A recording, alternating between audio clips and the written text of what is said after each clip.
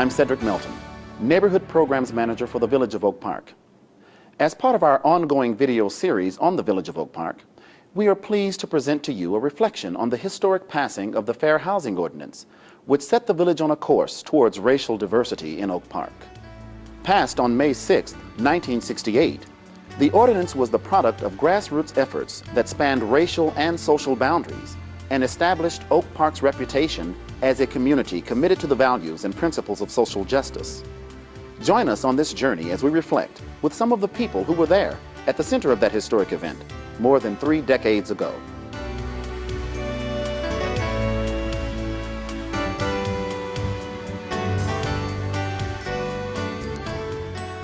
Hi, I'm Nancy Garino, Chairperson of the Community Relations Commission for the Village of Oak Park, and I'm talking with Bobbie Raymond Larson, who was very active in the passage of our Fair Housing Ordinance, and she was a member of the Oak Park River Forest Citizens Committee for Human Rights in the 1960s, and she was the Executive Director of the Oak Park Regional Housing Center from 1972 until she retired in 1996. Bobbie, how did you first become involved in the issue of fair housing in Oak Park?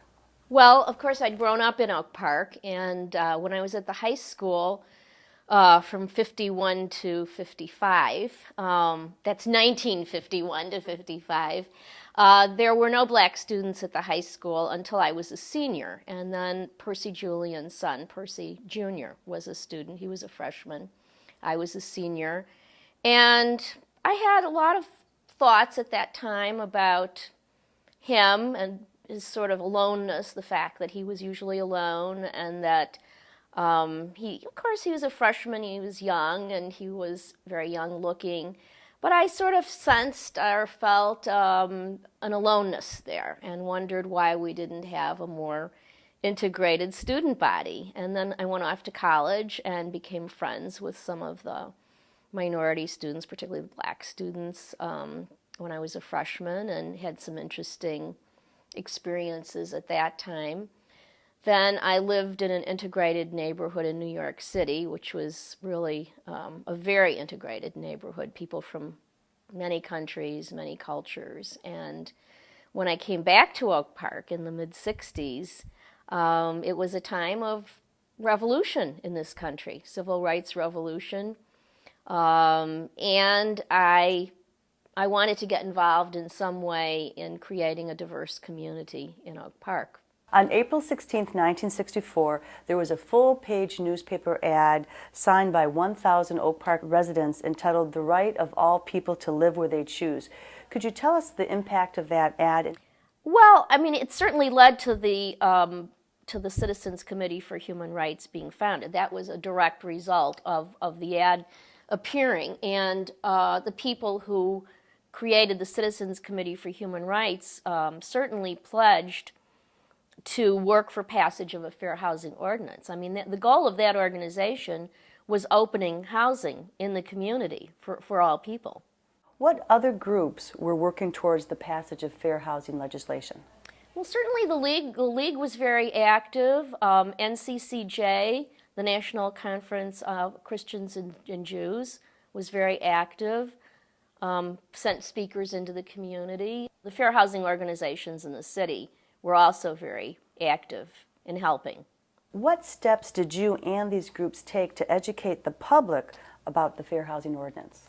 Well, it was, one of these huge campaigns. It was sort of like anything else that you want to have happen in society where you're working for social change. We had very active committees. We were working to attract more black residents to the community. So we did a lot of outreach. We actually did some advertising and outreach to try to get more blacks interested in moving to Oak Park.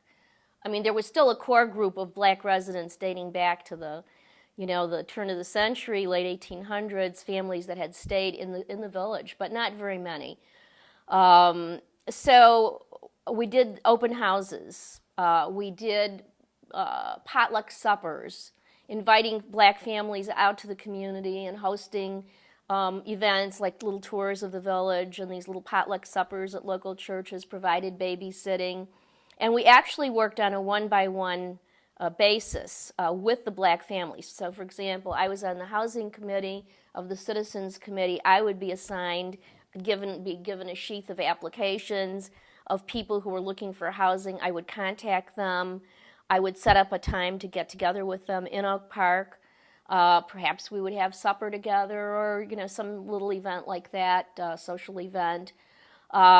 Take them around, go through the listings in the Oak Leaves, set up appointments, go with them, accompany them to see housing, rental housing or purchase housing, follow up on any sort of discrimination that occurred. Of course, we didn't have a law, so all we could do would be to make note of it and contact the village and work with community relations people. But basically, until the law passed, we had nothing we could really do other than mediation or just trying to prevail on people's goodwill.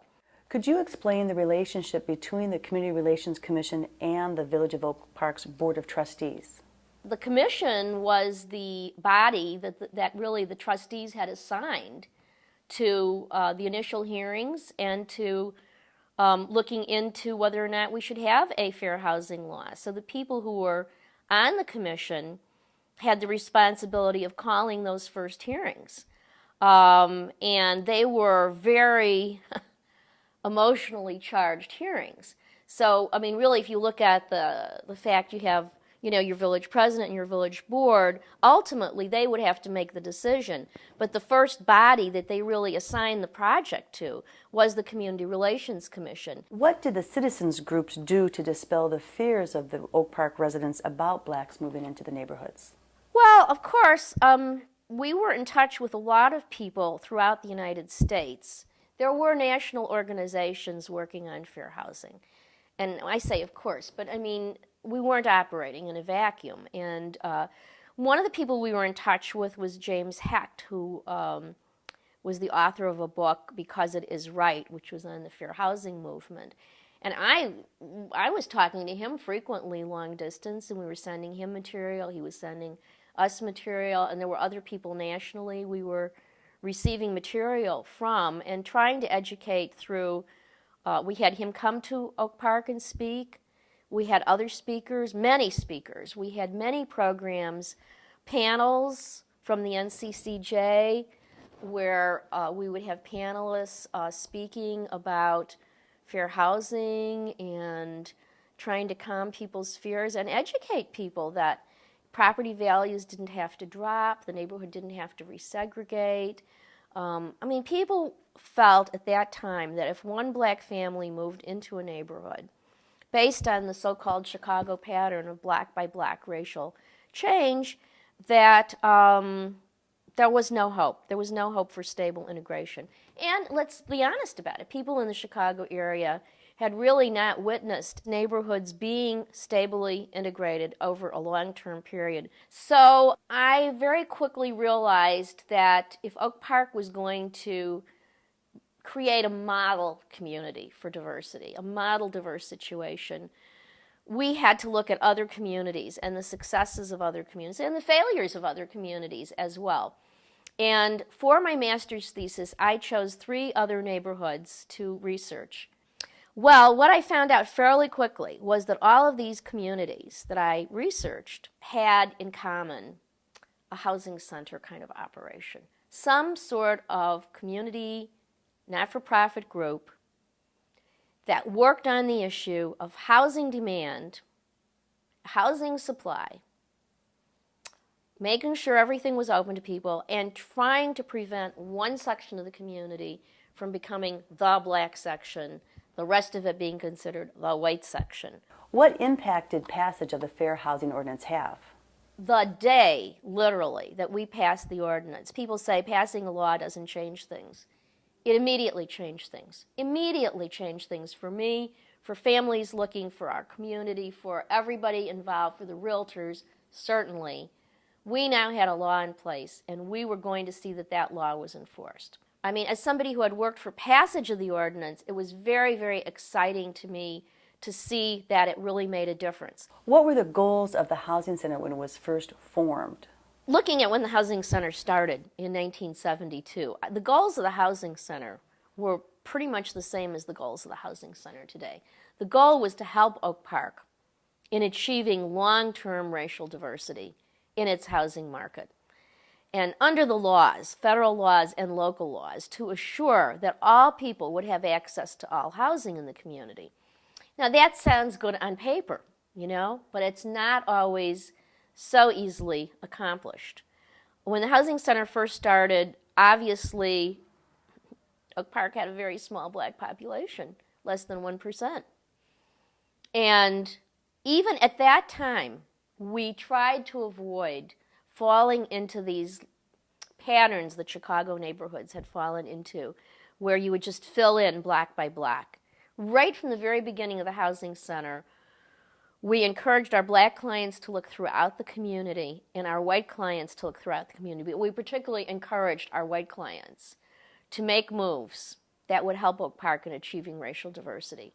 So while whites were being steered away from east locations, particularly Austin Boulevard, Washington, we had concluded in the East Village Marketing Task Force that you could never give up on one block of the village. If you said, well, okay, that block is just going to be all black, and you just walked away from it, and you didn't continue to work on things like housing code enforcement, improving the buildings, making sure that the neighborhood was safe and secure, and that part of the village, that block, that part of the village would not be viewed as a less attractive part of the village.